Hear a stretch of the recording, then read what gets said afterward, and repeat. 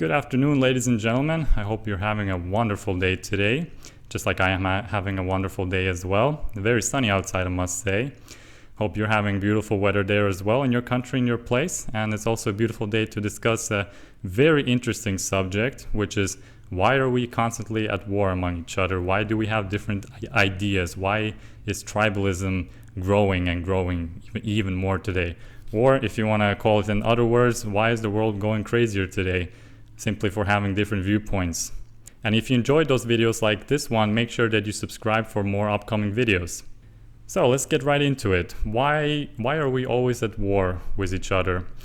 And I think we always have to start with a definition when we discuss subjects like these ones.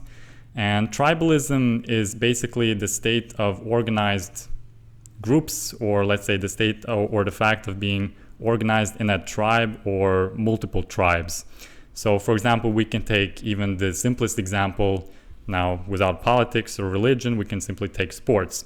So you are a fan of, let's say, Real Madrid, and your friend is a fan of Barcelona or something. And those two teams are, as far as I understand, they're two huge rivalry teams in Spain. And those are probably the biggest fan bases in Spain, I would say, for example. And there's always a clash between them because two teams, both sides believe that the one team is better than the other because they have those players and the other team has the other players, and they think that one or the other team is better, and so on and so forth. And then they start comparing the statistics and they start arguing, well, you know, this player was traded at that time and they won so many cups, and that other team lost so many times against X, Y, and Z team.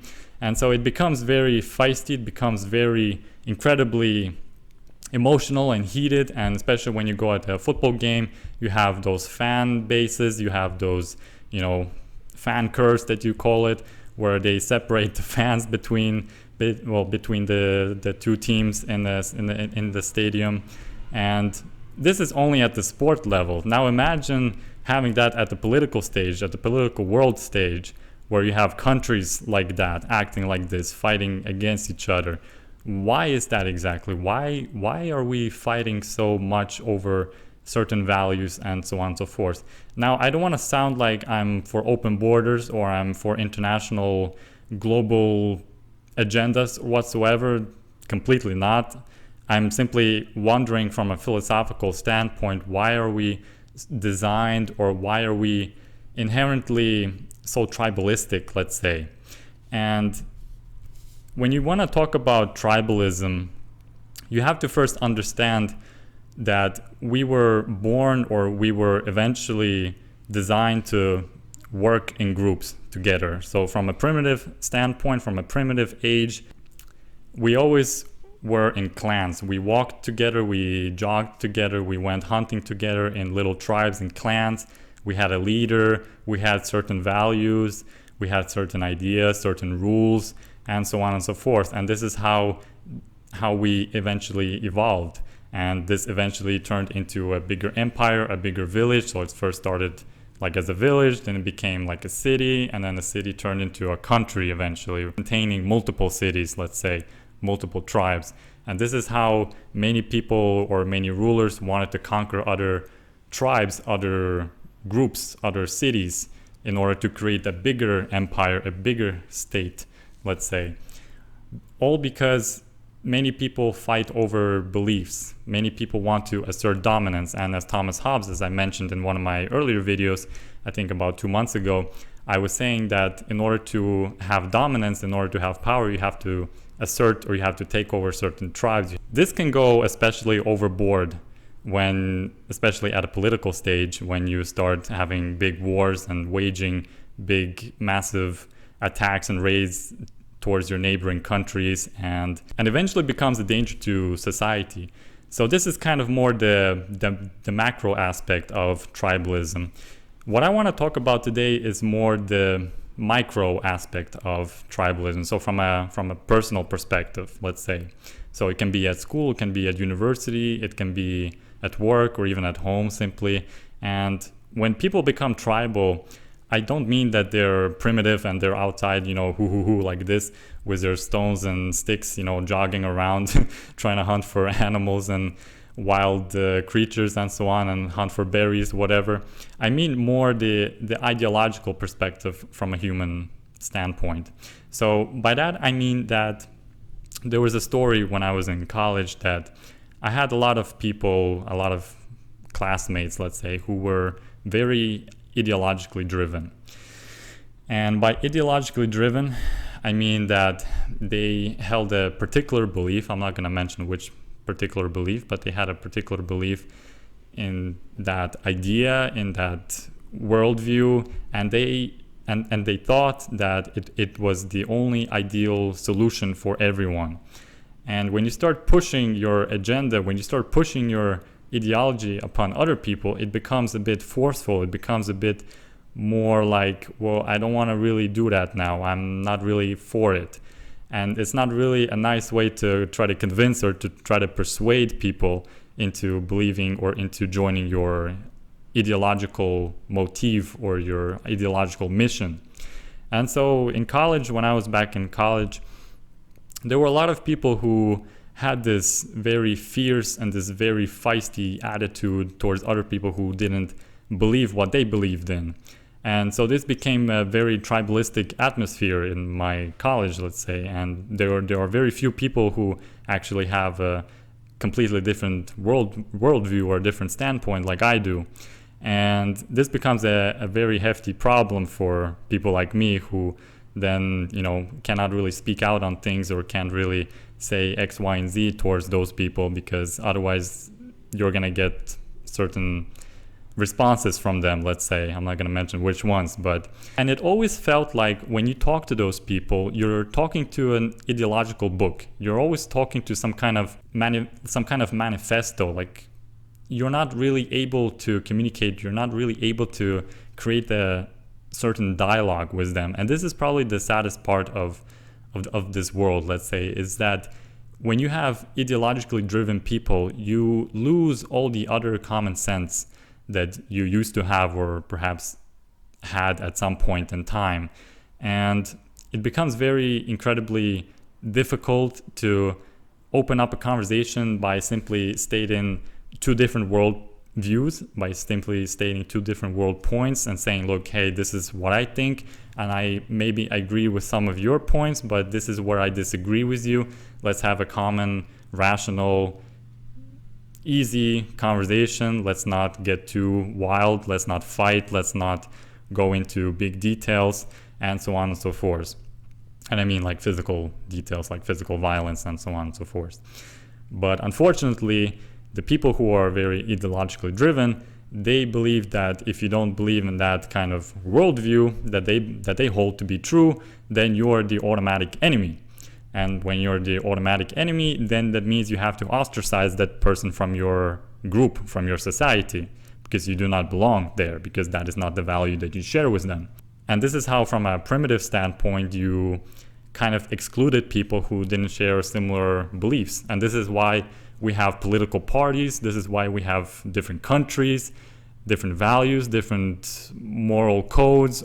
Though I have to say that with moral codes, we kind of all share the same moral codes. And this is actually a very interesting question that I just got in my head right now, which is if morality is objective or not. But this is something that I might discuss in one of my upcoming videos, so stay tuned for more. Anyways, going back to the ideology and to the people who don't really see otherwise in terms of worldviews, they oftentimes resort to physical violence in the end. Or not physical violence, but at least verbal violence. And by verbal violence, it can simply mean that they want to start canceling you, they want to restrict your free speech, they want to try to harden your life as much as possible, all because the manifesto that they believe in doesn't resonate with your value system, let's say. And this becomes very tragic, and this becomes very dangerous when you have bigger groups, when you have bigger realms in the world where there are two big groups that start fighting among each other. And this is how oftentimes wars occur or wars arise. Well, wars is a different subject. It can also be financially driven, because war is business after all, but I'm not going to get into that detail. But from a historical standpoint, that's how wars were usually started, because two people had different beliefs. Two kings didn't share the same value. Now, I'm not saying that the solution to that is that we have to think the same way. Absolutely not. My solution, or my proposal to this problem, is at least to, let's say, sophisticate the society to the point where you do not become so emotionally driven to the point of where you have to resort to violence simply because you disagree with people. And this is something what I've noticed in those days where people easily become so closed up the moment that you share something else, the moment that you share some other worldview. And this is maybe me speaking from experience, because I've certainly gone through that period or that era where people definitely criticized and heavily, ostracized you for certain beliefs and certain worldviews. But I certainly believe that free speech and simply freedom of your thought, but I certainly believe that free speech should be treated like a capitalistic society, let's say. So I believe that we should not restrict any thought, any speech, and let the people decide if that speech is worth listening to or not. And depending on how much value that you bring to the table, people will then decide, well, this person has more value, that person has less meaning to that particular subject, he doesn't really resonate with what he's talking about, and just let society handle the rest. Why do you need so-called judges? Why do you need so-called arbiters who come in there and police your speech and monitor what you say and what you shouldn't say? And of course, while I understand that we need a cohesive, let's say, narrative in our society, because ultimately a society functions on the basis of that we have a common goal altogether and we have a common emotional drive in our society. While I perfectly understand that, I also understand that we cannot simply ostracize, or we cannot kick out people or demonize people for simply having different thoughts, different ideas. And we should not go down the road of tribalism to the point of resorting to violence. And I personally believe that danger arises when people no longer agree to disagree. There was a time and place in this society where we used to simply agree to disagree, even though we didn't see eye to eye, but we could at least say, hey, we are both, let's say, Americans or both Norwegians, but we live in the same country and we have the same goal, we have the same aspiration, we have the same drive, emotional drive at least, to attain the goodness of the society, but we have different approaches how to do that. This is what it ultimately comes down to. But nowadays it's very, like, let's say, there's such a huge echo chamber. So an echo chamber means that you only listen to what you want to hear, and you discuss the ideas only with people that agree with you and nothing else, and with nobody else, quite frankly speaking. And the moment you start opening up to yourself to other people, then this is where conflicts arise. And so the ultimate question that I actually had for this video was, is tribalism inherently good or bad? And maybe this is not exactly the correct and precise question I should have asked myself, and I didn't really discuss that particular question throughout the video. But if I may still answer this question, to my own question that I asked to myself, if tribalism is inherently good or evil, then I have to say that tribalism is necessary up to a certain degree, meaning that you need to survive in this world with other people, because you have to cooperate, you have to negotiate, you have to find common solutions, common goals, because there are other people like you who also live in this world, and you cannot live on an individualistic principle. So that means that you cannot simply survive on your own. You need support, you need help, you need all these kinds of external actions that need to be taken place. And without a group, without a tribe, you will certainly not survive. So there is a minimal essence to that. But when you want to talk about the badness or the evil side of tribalism, this is exactly what I was just talking about, where people start to go extremely nuts, extremely bananas when you start having different ideas and you highly disagree. Now, for sure, there are going to be societies, there are going to be cultures that do not, let's say, resonate with each other and will never resonate with each other, who are just not compatible to live in the same country. And this is why multiculturalism, in my opinion, doesn't really function that well, because there's so many thoughts, there's so many ideas that you're going to have a complete melting pot, to the point where you're going to have to find some kind of common goal either ways, and you need to unite people through having a common narrative, a common emotional drive, because without that, you're just going to have a pluralistic society.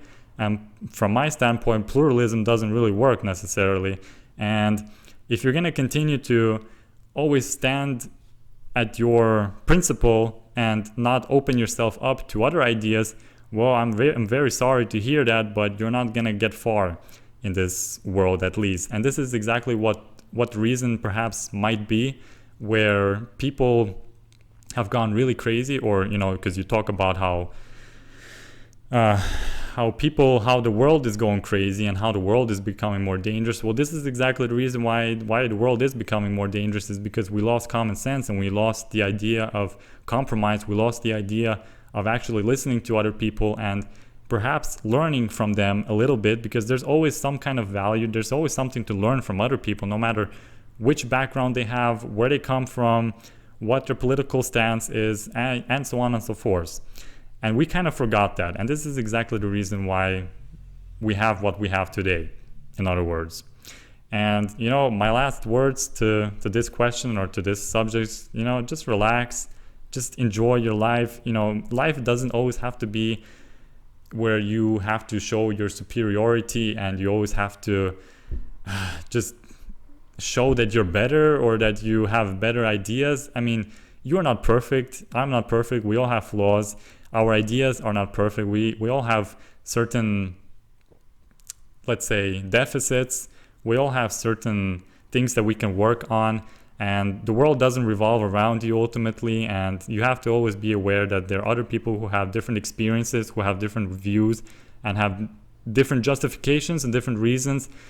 And in the end, you're going to have to live with other people who don't necessarily agree with you, and you're not going to resort to violence just because of that, are you? So this is exactly what my conclusion is, my message ultimately. And I hope if you have any further additions to that, if you have any further comments or ideas, feel free to hit me up, to chat me up, write a comment in the comment section down below. Make sure you leave a like, subscribe, share this video with other people to watch. And I hope you have a wonderful, wonderful day, and see you in the next video. Have a nice day.